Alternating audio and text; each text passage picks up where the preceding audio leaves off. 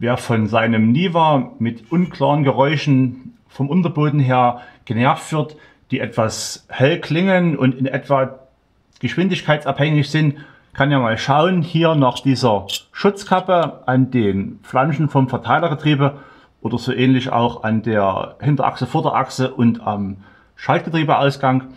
Da ist also dieser Blechring, der den hier darunter sitzenden Simmerring schützen soll.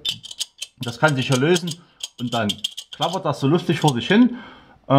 Technisch gesehen ist es erstmal unbedenklich, weil ja der Schutz vor grobem Schmutz weiterhin gegeben ist. Es nervt vielleicht den einen oder anderen, der versucht, sein Niva möglichst leise zu bekommen, und dann muss er halt auf Abhilfe sinnen. Der Flansch ist hier so eingebaut und dieser Schutzring, dieser Blechring ist also hier so verstemmt mit solchen kleinen Macken, und das kann sich halt lösen und dann vor sich hinklammern.